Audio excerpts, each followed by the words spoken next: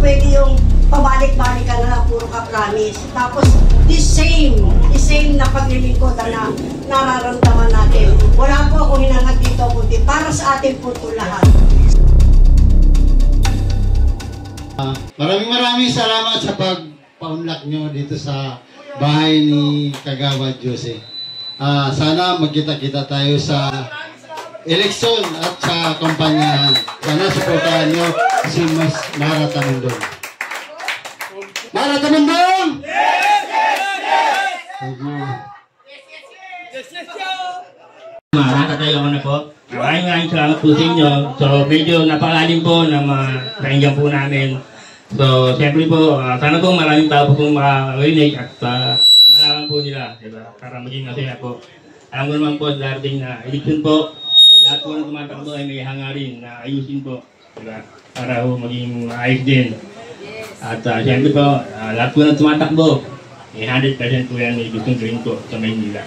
Maraming salamat po. Tama ang lahat ng sinabi ng ating butihing chairman. Siyempre, lahat naman tayo, maganda ang hangarin. At higit sa lahat, yung magandang hangarin po na yan, ang siyang dadalhin po natin para tayo po ay makapili. Pero bigyan naman natin ng pagkakataon yung mga sarili po natin. Wala pong masama sa hangarin, pero kung napatunayan mo ng iyong sarili, ibigay mo naman sa ibang tao na talagang may ginito ang puso. Maraming salamat po. Chairman, thank you so much po. Huwag po kayo malungkot. Hindi ko po inaaway yung wala po akong mahirap po magsinungaling. Siguro naman kayo alam nyo rin po yung tinutukoy ko. Ano po? Kasi kailangan sabihin po natin ang katotohanan. Yun lang po ang paraan para matulungan po natin na makapag-isip din po yung mga kababayan natin. Sabi nga natin, ang hirap na nga ng buhay, pahihirapan pa tayo. Baka sa susunod tayo yung bahay mo na ibenta. O baka naman sa inyo, sunod-sunod. Joke lang. Pero baka may mensahe po sa atin si Kagawad. May mensahe po ako para sa mga presidente ng TODA na natinig nyo na po kung anong promise sa atin ni Ma'am Tamundong para mabigyan kayo ng tamang area na hindi na kayo pasikot-sikot. Huwag mo akong tawanin dyan. Guwapo kong chairman. Yes! Wala po akong hinihiling sa inyo. Wala po akong inano. Kanya-kanya po tayo. Pero sana po itry po natin ang bago. Makita natin na totoong pagbabago ng Maynila. Kung sila po, ganun pa rin ang mangyayari sa atin. Yun at yun din po ang kanilang pamamalakad. Kasi sila na yun dati. Hindi naman po pwede yung pabalik-balikan na lang, puro ka-promise. Tapos, the same na paglilingkod na nararamdaman natin. Wala po akong hinangad dito, kundi para sa atin po ito lahat. Sa ating mga mahihirap. Wala po akong hinangad, kundi matulungan tayo lahat. At sa mga chairman at Kagawad po, ang hinihiling ko kay Ma'am Tamundong, kung sakali po maluklok kayo sa City Hall, bigyan niyo po sana ng pagpapahalaga at parangal ang mga chairman na naglingkod ng how many years na pag natapos ay baliwala na. Yun po sana ay magkaroon sila. Lagi nilang ipinapangako, magkakaroon daw ng ang chairman pag nag-graduate. Pero nga po lahat, pati ultimong Kagawad, puro pangako. Pagka kayo gumraduate, meron kayong ganito, okay na yun eh. Gawin nyo naman minsan, di ba? Sa mga chairman, hindi po biro magsilbi sa isang komunidad. Bilang Kagawad din, napakahirap din po para sa aming mga Kagawad at sa mga talent po. Siyempre, katoto tayo lahat, di ba? Katoto, chairman, katotong Kagawad. Ang hinihiling ko para sa ating lahat, nang makita ng namumuno sa taas ang hirap ng isang chairman at isang kakatigin sa chairman. Diba? Totoo naman eh. Saan ba nagsisimula ang problema? Hindi naman sa presinto dahil kay chairman muna at sa mga Kagawad. Sino naghihirap? Di ba ang barangay? Nakikita ba nila yun? Hindi. Hindi ako nag-ano, pero sana magbigyan nyo ng pagpapahalaga ang paglilingkod ng mga chairman. Dahil una sa lahat, sila ang unang-unang sumusolusyon sa problema ng constituent nila. Ganon din po ang mga Kagawad at tanod. Mahal ko po kayo lahat. Ayan, Chairman. Magandang hapon po sa inyong lahat. Ayan. Ako pala yung makikita niyo talaga totoo dito sa project ko. Hindi, actually, may hinanda po kasi akong video presentation para yung 3 taon na pagbabako po sa mga barangay, yung owner registration, dito po makikita po ninyo kung paano ko po nagampanan yung paglilingkod po sa ating mga kababayan. So habang wala po yan, nasabotahe po yung wire natin dahil kay Eric, medyo... Pasensya na po kayo ha, kasi kanina kumaga pa po ako sa labas. Maniwala po ba kayo? Hindi na ako nakakain, uminom pa ako ng omeprazole kasi inasid ako.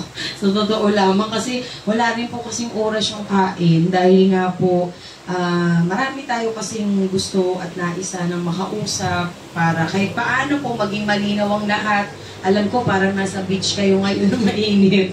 Pero ganoon talaga minsan ano po ang buhay kasi hindi naman ganoon palaging okay. Pero ang mahalaga po, yung damdamin natin, yung nais po natin ay mapakinggan po natin ang bawat isa. So bago po ako magsalita sa inyo, kakantahan ko muna kayo para medyo baka mabuhayan kayo ng loob. O kaya kung nananaginip kayo ng masama, magising na kayo. Wow. At saka baka malay nyo, kumanta rin po kayo, ano, katulad ni Chairman, mukhang masama ang tingin sa akin, parang kakanta. Sabi ni Chairman, ako ma'am, nahuli mo kami. Wala nga ng red doors or ano ba yun, empty lights. Alcohol talaga, yung talagang grabing alcohol po. Ito po, kakanta po ako sa inyo. Una, yung masayang kanta muna.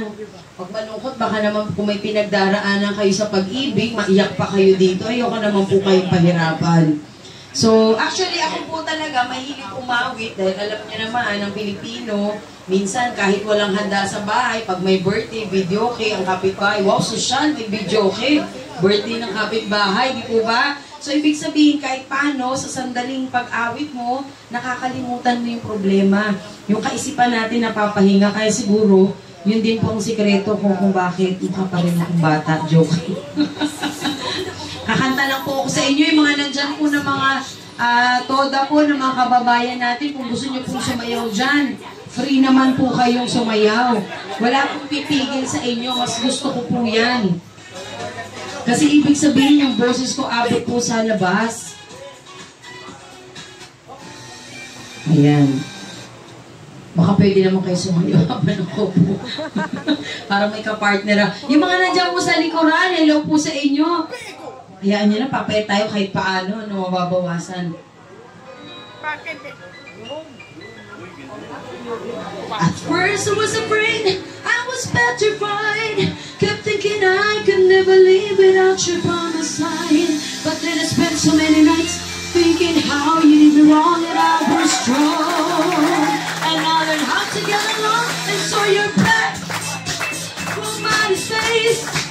I just walk in and find a healing up to look upon the face. I should have changed such to love. I should have made you change your keys. If I had known for just 1 second you'd be back to bother me. Go, not go. Walk out the door. Just stand around now. Cause you're not welcome anymore. Want you to wanna try to hurt me with goodbye. You think I'd come more. You think I'll lay down and die. Oh no, not I. We will survive. Oh, as long as I know how to love, I know what's still alive. I got all my love to leave. I got so much love to give, and we'll survive. We will survive. Hey, hey. Yes, wag na po kayo mahiya. Pag kayo nahiya, walang mangyayari sa inyo. Yes! Chairman, kaya mo yun, Chairman. Sige na. Yes! It's a call to straight hand, not to fall apart. Just lying hard to me the pieces of my broken heart. And I spent so many nights just feeling sorry for myself. I used to cry, but now I hold my head high. And you see me, somebody new. I'm not the chain up to the person still in love with you. And so you could not top it in and just expect me to be free. But now I'm saving all my loving for someone who's loving me. Go now, go. Walk out the door. 'cause you're not welcome anymore. Want you to wanna try to hurt me with your body. You think I'd crumble? You think I'll lay down and die? Oh no, that we will survive. Oh, as long as I know how to love, I know what's the line. I got all my life to live, I got so much love to give, and we'll survive. We will survive. Gonna go one at a time.